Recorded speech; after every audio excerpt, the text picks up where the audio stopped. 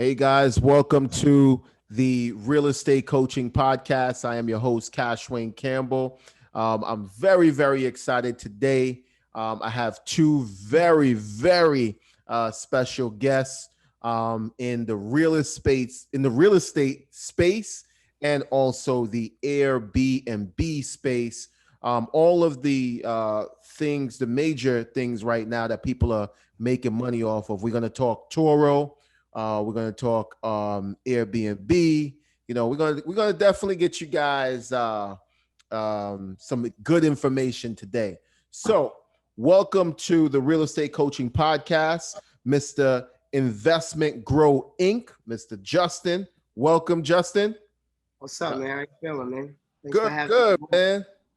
Huh? Thanks for having me on board.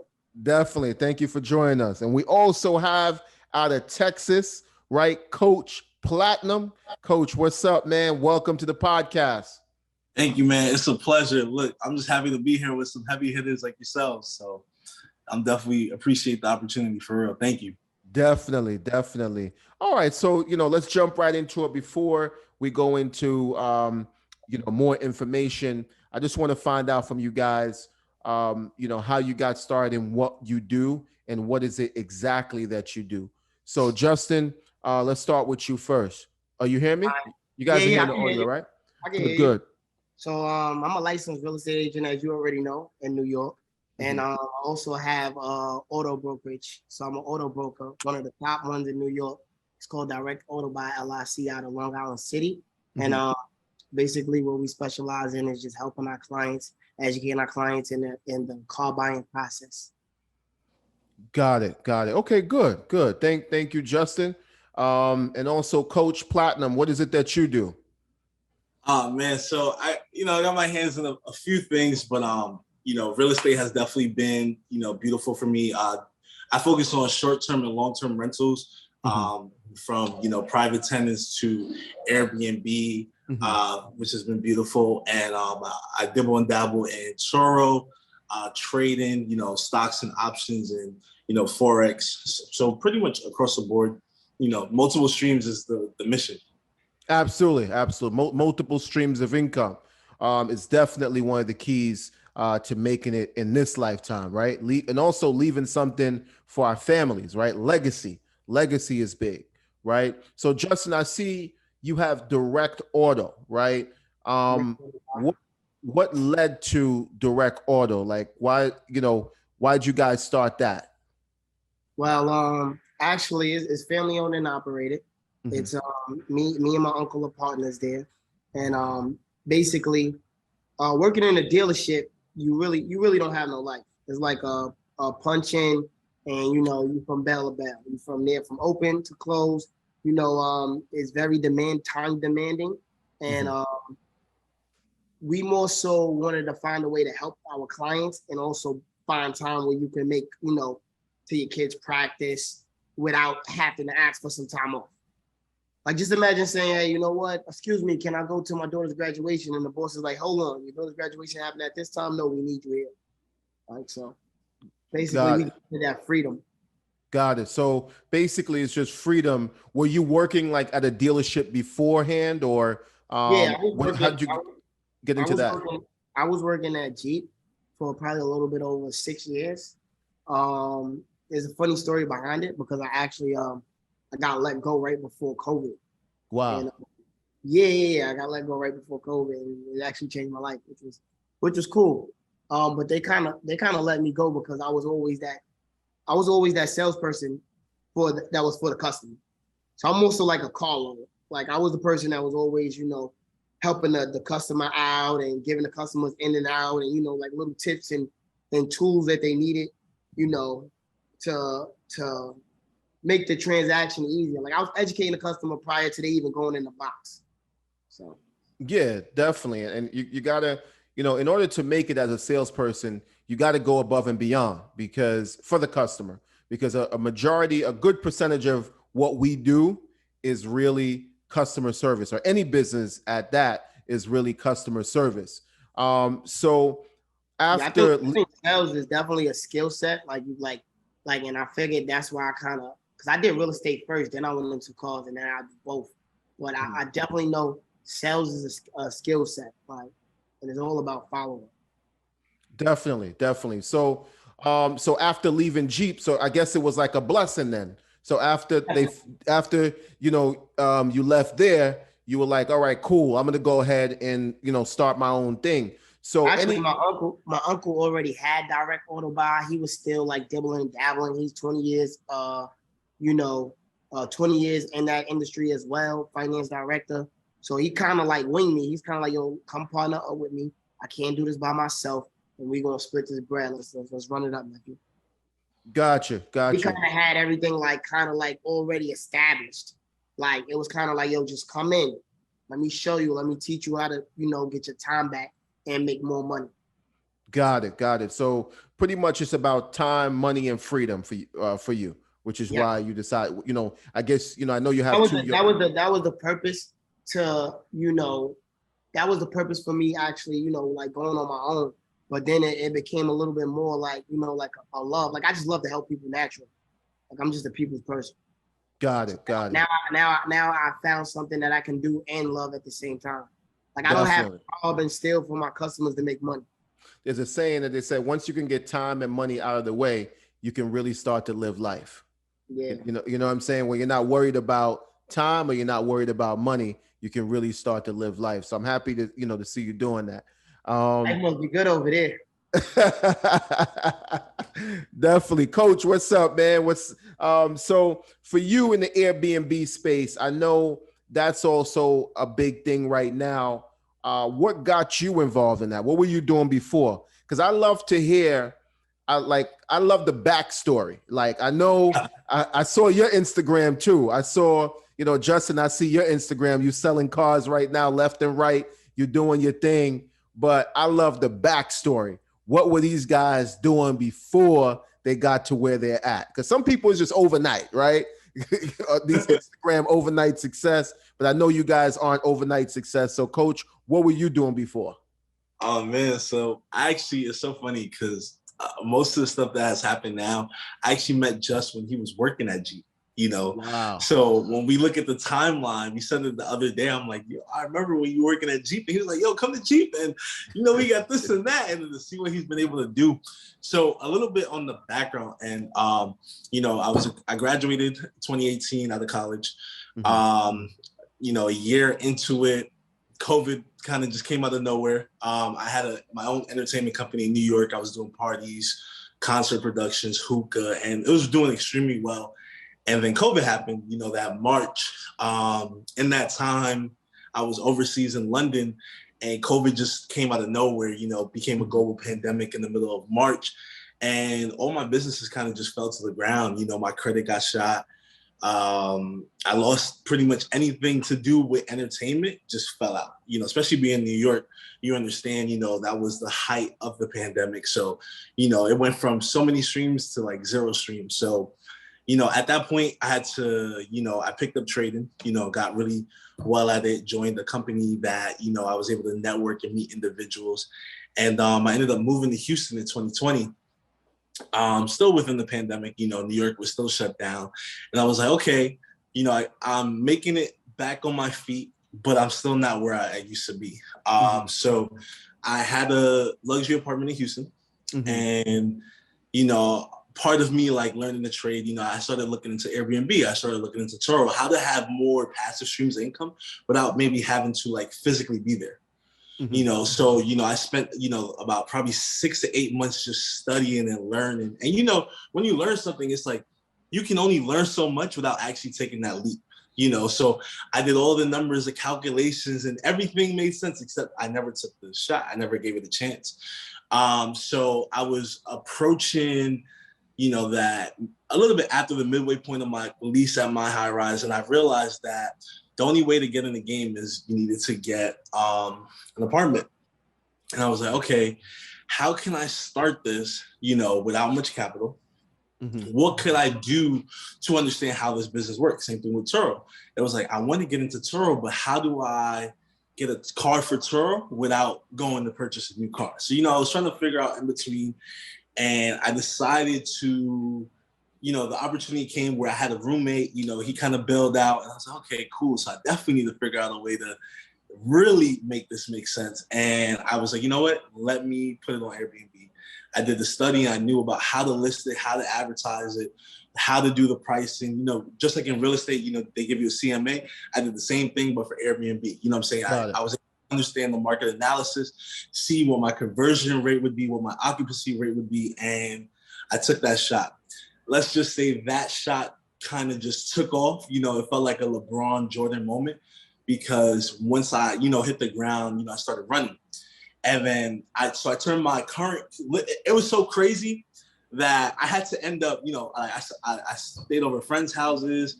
I rented out hotels. I was getting booked so much. I was like, well, okay, I eventually have to leave here. You know what I'm saying? And then it came to a point, someone booked a month, and I was like, oh, wow. Yeah. I was like, oh no, it's time to really get out of here. So I took that experience and I said, well, okay, I had my trading income. I just took my Airbnb lead. What could I do next? I decided to say, hey, let's go get a penthouse and really see what avenues I could push from there.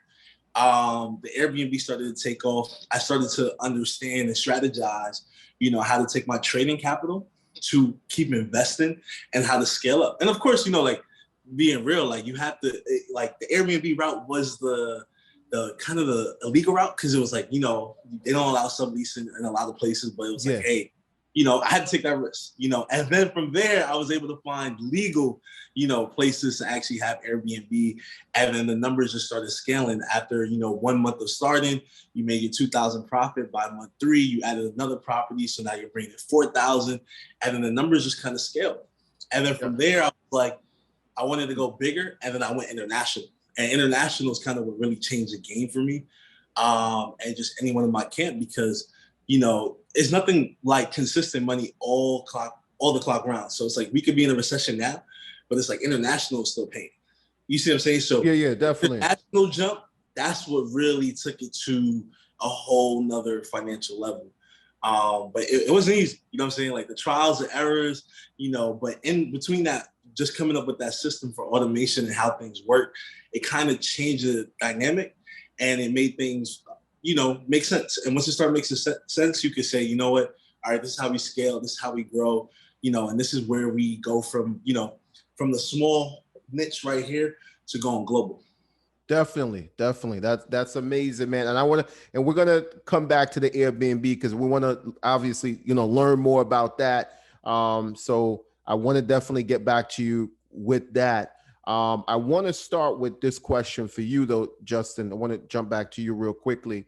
I seen the other day on your Instagram, you were talking about Turo just hitting New York.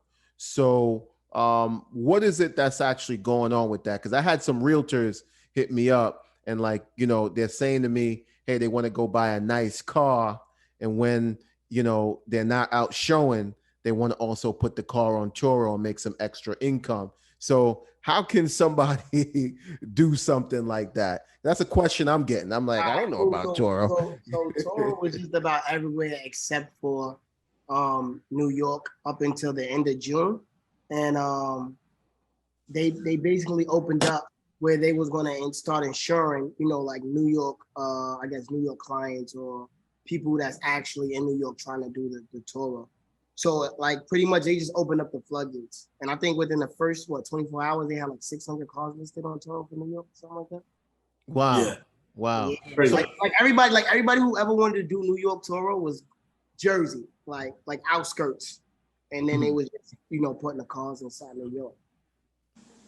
Got it. So you think even though there were 600 cars listed, you think there's still room for people to make money there? Absolutely. It's all about marketing. Like people, all right, this is the one thing that me and DP specialize in. What we do is we do the market analysis. We're not just going in there and saying, we're going to buy this car, we're going to list it. We're actually doing our homework. And that's what makes us great at what we do. So we're not just going to say, let me just grab a Honda and put it on Turo for any price or whatever price I think is going to make sense. No, we're actually going to do the calculation. We're going to see how many cars that they have that's a Honda that's on Turo currently in that area. We're going to do what exactly are those cars averaging and going for? How often are they booked? We looking into every single aspect and corner. So when we do pull a trigger, it's calculated. It's not just like, you know what, let's just do it. Yeah. And I think that's what's happening right now a lot. And I numbers think that's don't lie, you know that. Uh-huh. I said numbers don't lie. We all know 2 + 2 = 4, 1 + 3 = 4, but 1 + 1 = 2. Like it just has to add up. It's just like doing, in real estate when you do a CMA, right? You really want to, you're comparing apples to apples, and you're really checking before you list that house, checking the numbers. Right. Like you're not going to compare a 2-bedroom, 1 bath to a 4-bedroom, 3-bath. It's not happening. Like you're not. Gotcha. So what would you guys say to those people out there who are saying, hey, I just want to buy a Rolls Royce when I'm not showing real estate, just throw it on Turo? First thing first, Turo has limits. Like you really got to do your research. Like a Rolls Royce might not even be covered underneath a Turo policy. Wow. Huh? Yeah, it's crazy. I done had a couple people make that mistake, go buy big cars, you know what? And then like a renter crashes the car, and now Toro's like, yo, here, this is our cap. This is our cap off. You have to handle the difference.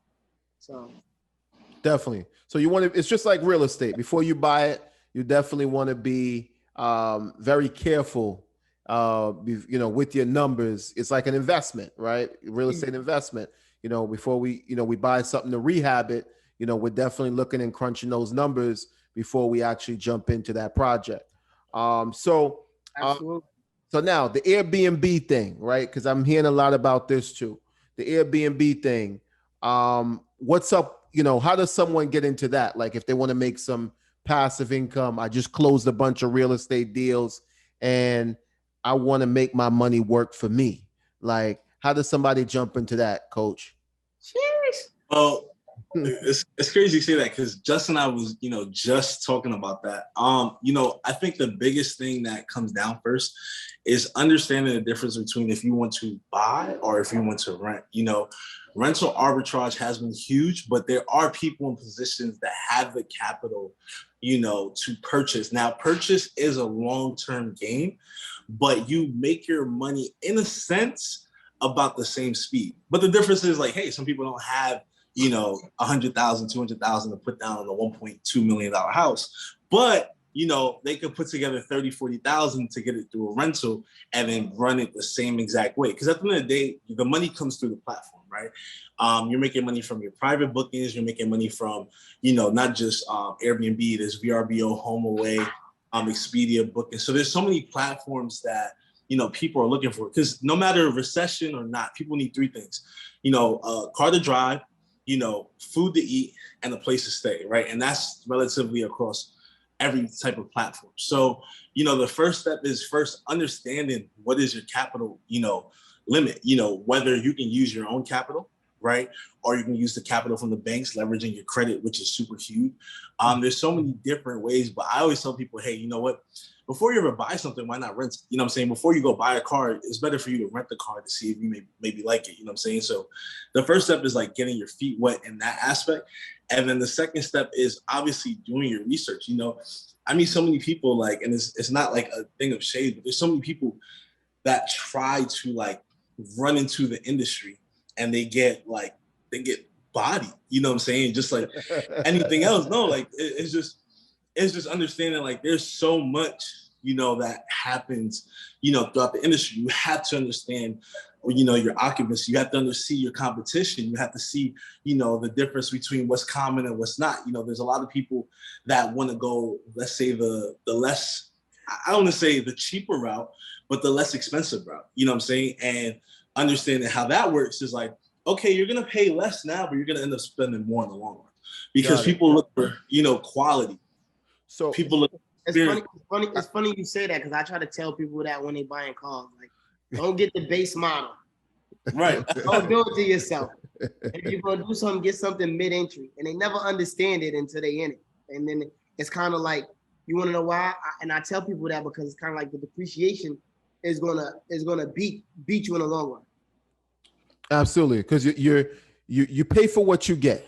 In other words, right? And I hear a lot of, even with the Airbnb, I hear a lot of people talking about, I live in New York and I want to do one. I had a friend that did one in LA actually. And, he had a bad experience because the problem was he had one of his friends managing it, and it's like it's a Saturday night, and then you're gonna the guest has a complaint, and his friend is like, yeah, I'm going out with my girl. you know what I mean? Nah, that's so deep. So he started getting bad reviews, so he lost the super host. Because that's another thing too that they don't tell you.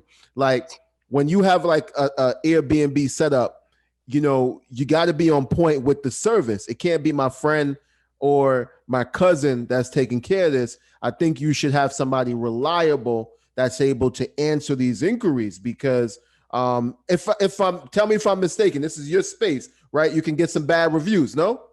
100%. See, the difference with the industry standard is that people don't focus on becoming what's reliable. They focus on what's a liability. And a lot of people fail to realize that they are a liability to their own success. I meet people so many times and they're like, yo, my mom's gonna clean my Airbnb, or yeah, I'm gonna do it this way. And like at time, I'll just sit back and listen, and I'll be like, all right, I understand, like, there's shortcuts, but when it comes to your money, you shouldn't really take shortcuts. Like all the education, whether it's like, even right now, I'm working on my license, boom, I spent $1,000+. I'm doing exam preps. I'm investing into my education and into myself, right? So I hate when people, cut themselves short and take a shortcut on themselves, because they'll spend the money somewhere else, but they're going to take their shortcut, like what they're doing. For example, that's why when people ask, like, why do you live like at where you live? And it's like, well, why would I take a shortcut on how I want to live when it's about me? You know what I'm saying? If you don't put yourself first, then it's like, what comes after that? Your business is not going to help you. Nothing's going to help you if you can't put yourself first. So a lot of people need to stop being a liability in that aspect and look into the proper thing. That's why there's property management. That's why there's professionals. You know what I'm saying? If you're bleeding, you're not going to go to your homeboy and say, hey, man, can you stitch me up? You're going to go to the hospital, because there's someone with a profession who can help make it easier for you. You know what I'm saying? So it's like, it's the same way. Same thing with your car. You're not going to say, hey, homie, can you help me fix my car? Homie, you're going to find a professional, a mechanic, someone who is skilled in this area, who has put in over 10,000 hours to master a specific skill set that you can now exchange for money. Diddy said the craziest thing, right? He pays people so he can grow and get everything done. That's the key, is like, you have to attain people with the profession, because you can't know everything. Like, for example, when Just talks about cars, I have a crazy fleet of Turo cars. You think I knew everything about cars? I didn't know about the equity you can get in cars, except I'm like, hey, Just, I need to use your services because this is not my lane. But I'm trying to do A, B, C, D, and E. And you know what he did? He's like, let's just draw the blueprint, draw a plan. So, I feel like a lot of people just have a preconceived misconception of what, actually being an entrepreneur and running a business is, and what actually receiving passive or even residual income is actually about. And, that's why a lot of people fail. Like the percentage of success is small because of, ignorance, you know what I'm saying? And lack of ignorance is because of lack of education.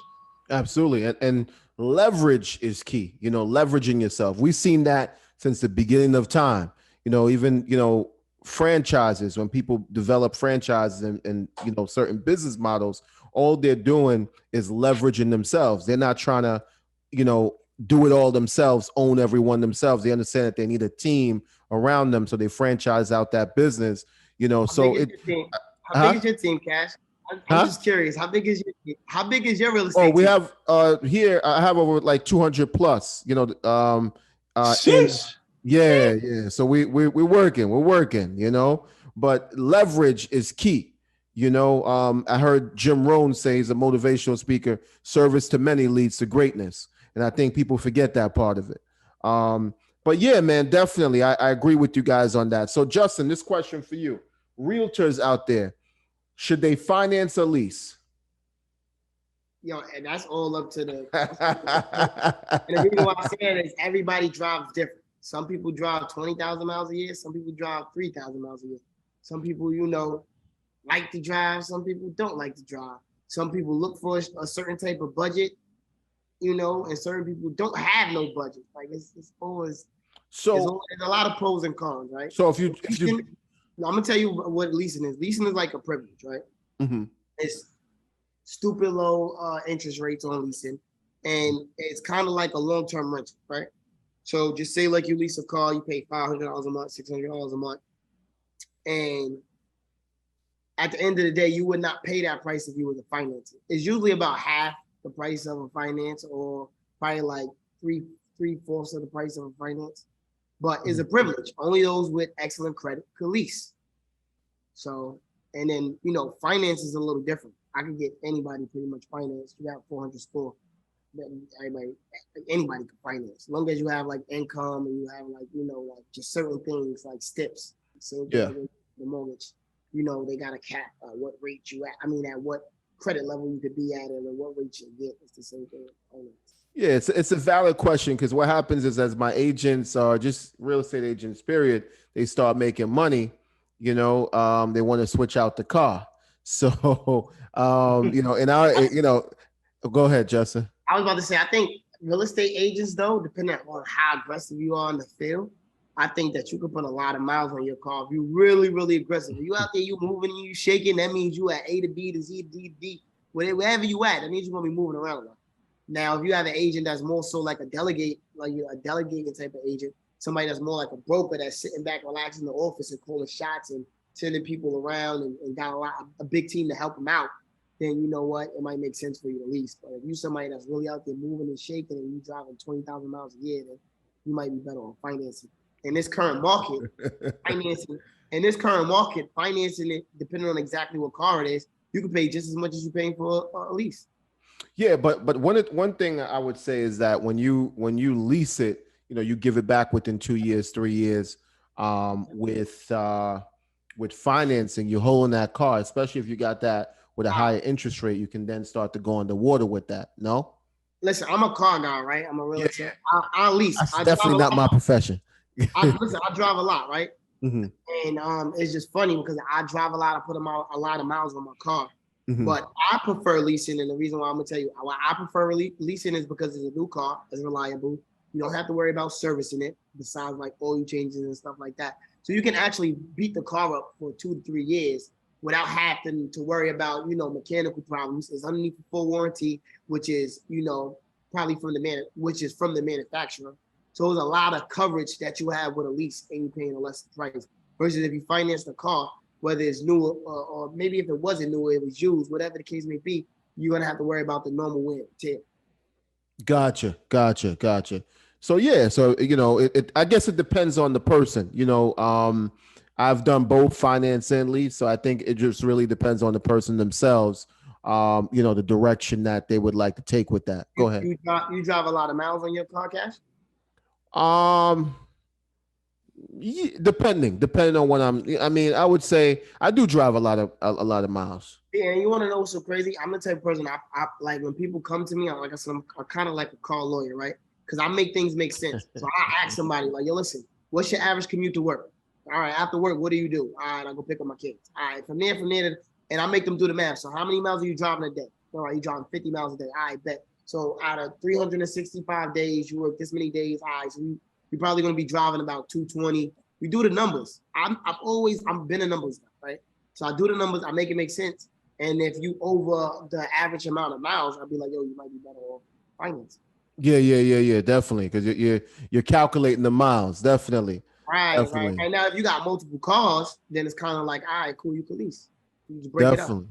Definitely. All right, cool. So I know you guys heard about the interest rates recently, the real estate interest rates. What do you guys think about the interest rates? It's crazy because I'm ready to jump in the market and buy a house right now.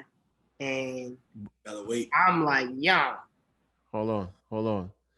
When they raise the interest rates, it's a way to combat inflation. See, right. They don't expect you to say that. They expect you to say, you know what, I'm about to hold off on buying a house because of the interest rate. But it's so crazy where the economy is at right now, where interest rates on everything goes up. Interest rates on everything is going up, and people are like, I'm still about to go buy something.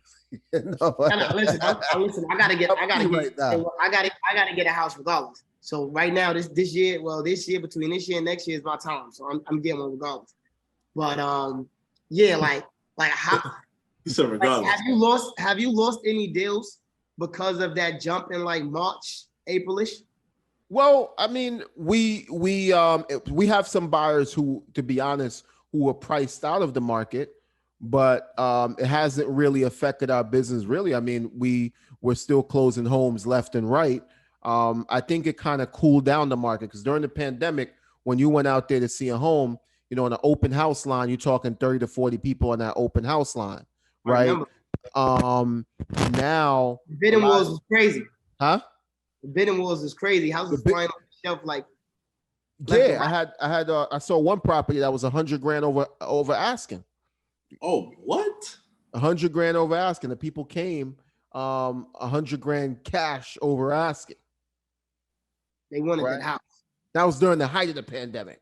They wanted that house. They Where was that wanted house that located? house. Where was that house located at? I gotta hit the location. That was Location is key. where was that house? I think it was somewhere like Massapequa area, like in one of those areas. That's a nice area, yo. Yeah, it was I like wouldn't mind going to Massapequa. yeah, it was like in one of those areas. They came 100 grand over asking, bro. They came strong. You know what I mean? And they weren't obviously during that time too. A lot of people were doing. They're still doing it now. No appraisal like a contingency, huh? Sound like a G-Wagon. 100 grand over asking. Yeah, G-Wagon, right? And it was, and people are still doing in the market right now. No appraisal contingency. So even if the appraisal comes in short, they're still saying, "I'm still willing to move forward." Wow. You know what I mean? That's how crazy the market was at that time. But, you know, I think, you know, because I hear people talk about this all the time. Like, you know, do you think there's going to be a crash? How is the market different than back in 2008, 2009? You know, I get those questions a lot. Huh? I said we could talk about it. I was around during those days. Yeah, I know you. Yeah, I know you was around during those days, you know, and I feel like back in those days, banks didn't, you know, it came to a point where banks stopped lending because they just didn't, you know, have it to lend. Now banks have the money. They have the money to lend, and they're just making the guidelines just a little bit, you know, tougher, you know, a little bit harder, but they're still lending. You know what I mean? Back then, if you remember, Justin, they stopped actually funding the loans. Go ahead. Nah, I remember. Yeah. So right now, I think the economy is strong, and that's why they're raising interest rates all around the board to combat inflation. You know what I mean? Because, you know, when you have supply and demand, you're going to have inflation. So the idea behind raising an interest rate is to raise it enough to where a buyer says, you know what, I'm going to think twice about buying X. I'm going to think twice about buying. Didn't they just raise it like last week or something like that? Like, they raised it on Thursday. What, 0.75 or something like that? Yeah, it was something light. But the thing is, it wasn't that light because look, imagine going from 5.25 to 6% on your mortgage. But bro, back in 1980, that's not like hard money to 13%. Listen, I wasn't around. I wasn't around then. I heard about it. I was like 6%, 7%. They was like, yo, back in the days, it was 13. I'm like 13. But then again, back in the days, houses was 80 grand, 100 grand. That's what I'm saying. So it's 80 grand, 100 grand for your house, and your interest rate was 13%. Now we're crying about the monthly was still low. The monthly was still low. So the monthly was it gotta make sense. And the craziest thing is back then they were trying to refinance people probably to like 7%. Wow. People were, you know, like rates were 13. And they were trying to refinance people probably like 7%. So how many people did you have come asking for a streamline or refinance? I know you was calling all your buyers back when they dropped the rates. Of course. I have buyers right now, bro, older buyers that I closed years ago that have like they had higher interest rates. They're at like 3%, you know, things like that. They were all refinancing right when rates dropped. What's the lowest rate you've seen? One of my friends, and I'm not talking about a NACA rate. I'm talking about no. One of my friends, I think he has like a 3 or so, a little lower than a 3. Yeah, you know what I mean. That's a good friend to have. Yeah, because what happened was during COVID, they lowered the rates. Then it made more. It backfired because more buyers hit the market. I know all them LOs was making money. Yes. I wish I was an LO back then. Yeah, so they lowered the rates.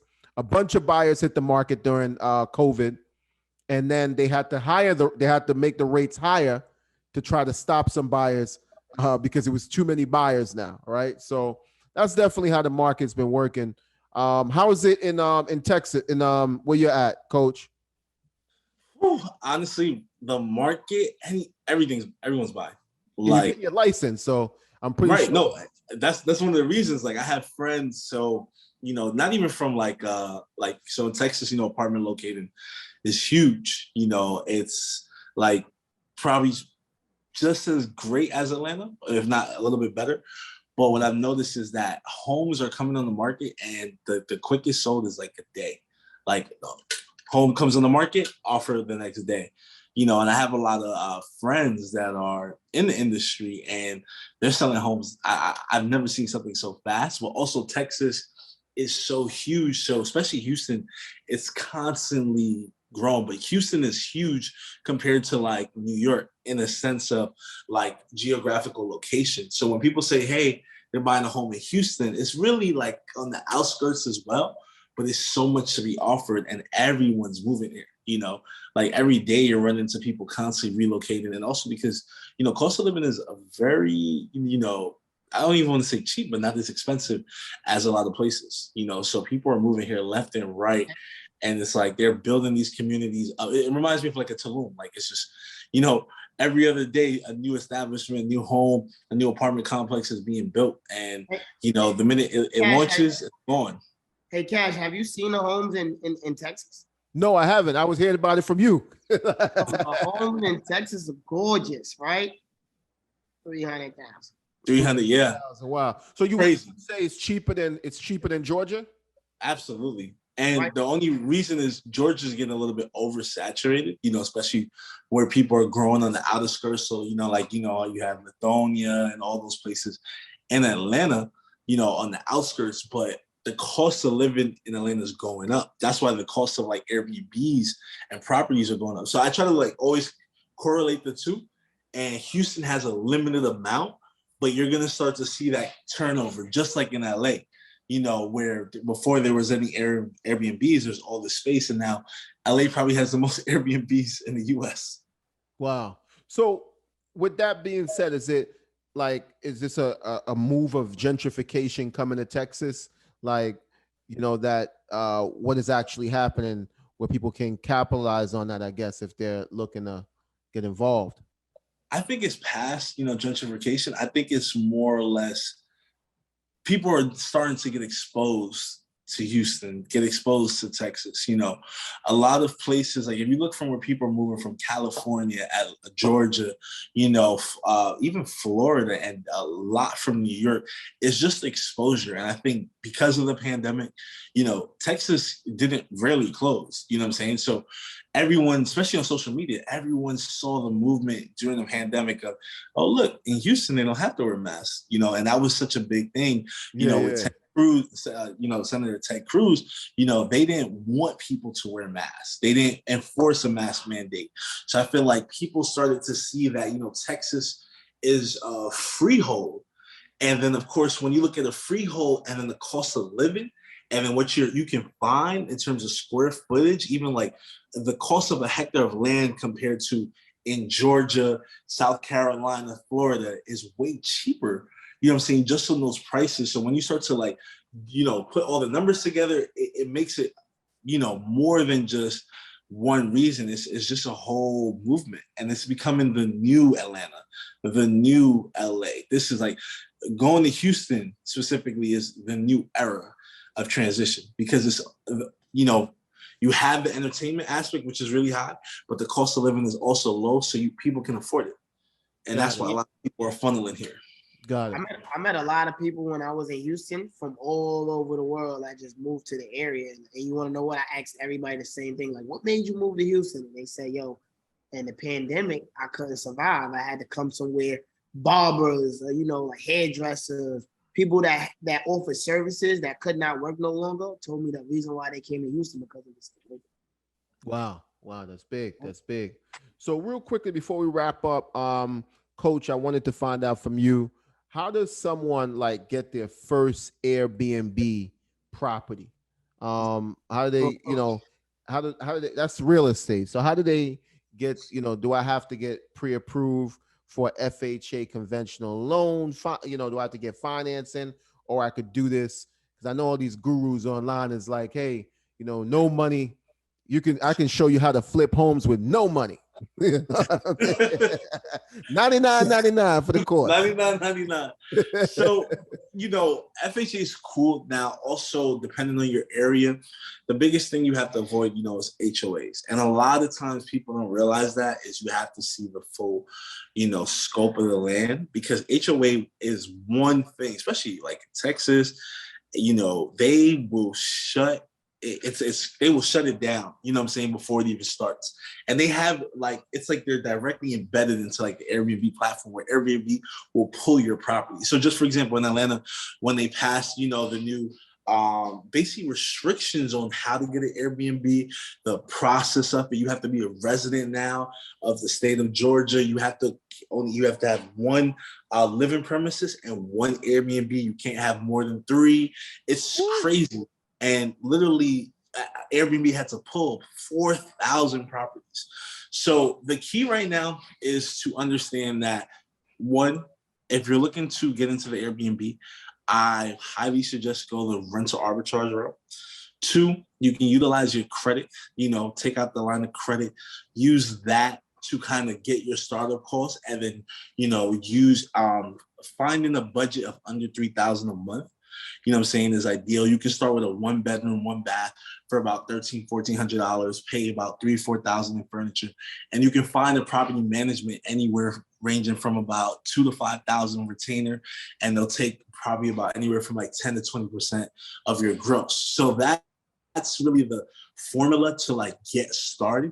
But in terms of actually now buying a property, unless you're in LA, right? Florida, Miami, and I'll give it to even Vegas and Arizona, I wouldn't look to buy a property anywhere else for Airbnb, because your expected rate of return is not going to make sense. You know what I'm saying? It's going to take forever to make that money, because it's so competitive in highly populated cities, because people are able to go get a 2-bedroom luxury apartment will beat out a 2-bedroom home. People can get a 3-bedroom apartment that will beat out a 3-bedroom, 3.5-bath home. Because one, most apartments are located inside the loop, right? They're near public transportation. They're near the airports. There's food, taxi, everything's close knit. You can't find a house or a home, let alone to purchase in that area, unless you're paying upwards of $400,000, $500,000. So at that point, it's even if you're getting an FHA at 3.5%, you still have a lot of a higher overhead. And if you're starting out, that's not the capacity that Airbnb was 2-3 years ago, where it was okay, you can make that money. It's becoming so oversaturated. You have to find the opportunities that are unique if you actually plan to, make money. And that's what I hate too, when you talk about Forex gurus, because and gurus and Airbnb and all these different Turo gurus, there's all these gurus, but you fail to realize that they're giving you the information, but that has changed. The key is your location and how you're going to stand out. It's no longer as easy as just get a home or get a car and just throw it on the app and make money. That time has truly passed. Absolutely. And that's what happens. I mean, when the apps first come out, like when Uber first came out, a lot of drivers were killing it, and I even, still own, I had bought a car and I was renting it out. And I had, one of my boys had the TLC plate. I still have a TLC plate that we pay for till this day. Where New York doesn't give those anymore, right? No. Yeah, the TLC plates. So everybody just kind of hopped on it. And I think that's what happens a lot with a lot of this stuff is like everybody just hops on it. And then once everybody jumps on it, everybody's now in the Airbnb app, all these restrictions now come, and then the rules are changing so fast because so many people is trying to get involved. And then some of the stuff that we may have heard is no longer true because the rules in the game has changed a long time ago. Yeah, right. We're our biggest downfall sometimes, and when I say we, just us as human beings. There's no research people, and that's what happened in Atlanta. Atlanta was a perfect example of the new provisions that are going to happen across the country, because Atlanta was one of the biggest growing Airbnb cities. And just as quick as it went up, it fell right back down. They stripped almost over 4,000 properties. You know what I'm saying? Because of mismanagement, lack of authority, just a fraudulent and, the scams that people are running. Like, people always will find a way to abuse the system. And then you have to see these stronger rules and repercussions that ruin it. And unfortunately, that's what's happening in the Airbnb space. Soon that will happen in the Turo space. So, the best advice is, to get in, build a foundation, build a stream, move on, and just keep moving forward. Just like how, the dollar was once currency, now it's fiat. You know what I'm saying? Now it's crypto. Now it's, digital money. So it's just everything's constantly evolving. And exactly. And if you're not evolving, then you're dying. Absolutely. You gotta adapt.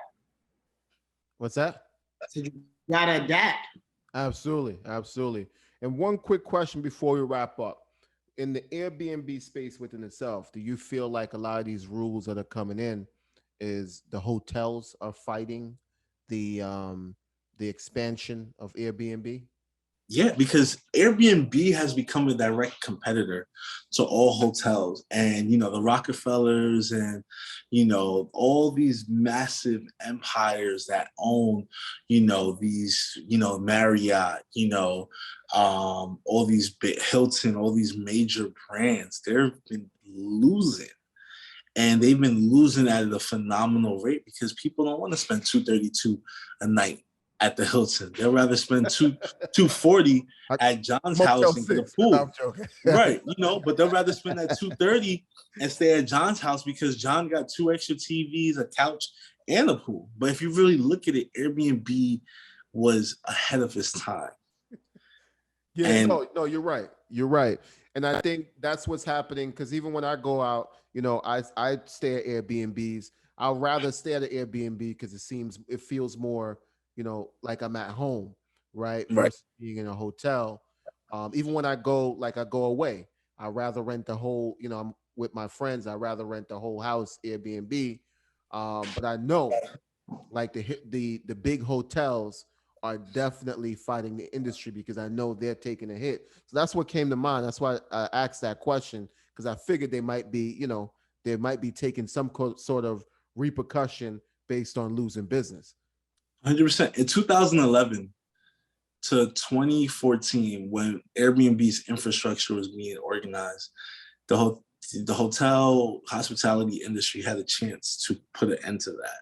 But if you look at the research, they didn't believe, just like they didn't believe about crypto, just like they didn't believe about Uber and Lyft. See, that's the thing. These government agencies, these, long lengths of old money, they're not adapting to understanding how the new digital age of money is being made. And they under-evaluated what could really happen. And that's the only reason, because they never believed that someone would rent someone else's home to stay in it rather than a hotel. They never believed someone would rather hop in a driver's car that wasn't a taxi.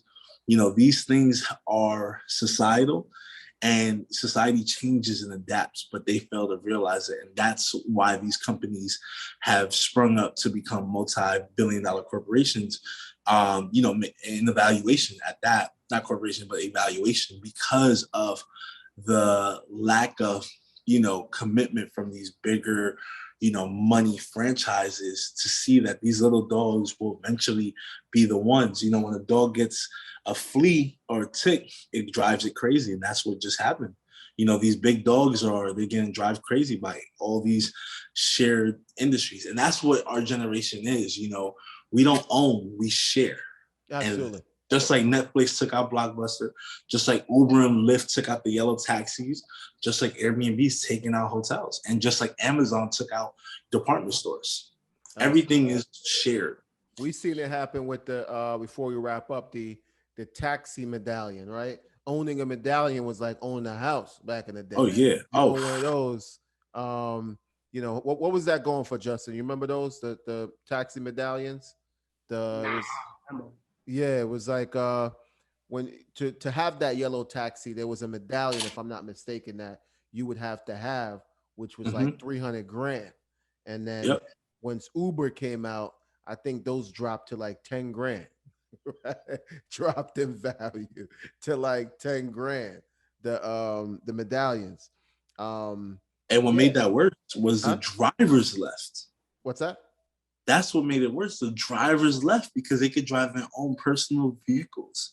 So if you look at the age of society, these individuals who are creating things not to own it. Airbnb does not own one property. Turo does not own one car. Netflix, well, besides now, didn't own one movie. There was a stream service, a share service, and a car service that they didn't own. So they took out the value of owning assets and just owning the concept, the digital field. And that's why, even with the pandemic, stage or not, they flourished. Absolutely. No, and that's it's a really it's a different way to look at things, because we were taught growing up to when if you want to open a brick and mortar thing here, a store or a business, right, you want to have some sort of ownership. We're always taught ownership, but I think this is a new way of looking at ownership, sharing, working together. And I think, more people need to have that mindset of, if you're going to open a business, it's okay to work with others and develop a network of people working together to fulfill one cause. It could all be different people. We're all working together to fulfill a cause, Digital equity. There you go. Definitely, man. So yeah, there we go. So it's a real estate coaching podcast. I have my boy Justin here. I have Coach, right? So we definitely, enjoyed having you guys on, Coach Platinum, Justin, Investment Growth Inc., Direct Auto. So thank you guys for jumping on. Anything, you guys want to say to the people out there before we wrap up? Man, I think we dropped some gems today, right? Yeah, but I wish I could answer anybody's questions, but I don't know who got the questions. But I'm here. Yeah, we're on live right here. They could reach out to me on my Instagram if you're looking for a car, any car needs, looking to get out a lease, whatever. You hit me up on at Direct Auto by LIC or at Invest and Grow Inc. Beware of the fake pages. Coach, how we can find you down in Texas? My Instagram is at platinum PLATINUM.DP. And yes, beware of the 80 fake pages, working on verification at that. But I'll leave them with, listen, man, time is of the essence. We're not getting younger, time keeps moving. So just do your best to, no risk, no Rari. Absolutely. So hold the line, guys. Somebody just asked me a question. They asked, how can they get a car underneath a business? Oh, good question, actually. So I just want to go ahead and answer that really quickly. Yeah, go ahead. To get a car underneath a business, your business could be opened yesterday. It doesn't really matter when your business was open, because the business is not strong enough to get the car approved, which you're going to need like a personal guarantor. The personal guarantor has to be somebody within the business. So just for example, if Cash, you own a business, you can't have, somebody that works for your business that's not actually on the business be the PG, which is the personal guarantor. You need somebody who's actually on the business paperwork, right? So then you're going to need the articles of corporation, your filing receipt, and your EIN number, and pretty much you can go from there. As long as your business doesn't need commercial plates, you can register it in your personal name. Got it. Got it. And you can do the same with the lease. Just throwing that out Yeah, there. yeah. Of course. I had my first car on my company name, and then the car that I just purchased last week, I tried to get in my company name as well, and I had issues with it myself only because of titling. Like it was from out of state, it was from Houston. I actually bought a problem. I was visiting DP, so yeah, they gave me a hard time, but I got the car for such a good deal. I was like, yo, listen, I don't care if it don't go into business, put it in the personal, let me have it, let's go. Gotcha. All right, cool. So, so you guys heard it there. Justin just, let you guys know how you can get a car under your business name, right? So if you guys have businesses and you're trying to do that, make sure you guys hit Justin up. Definitely, guys, I appreciate both of you jumping on the real estate coaching podcast. It's definitely amazing. Hold the line, guys. I want to talk to you guys after. All right. So I appreciate all of you for watching. Thank you again. Check out the next episode.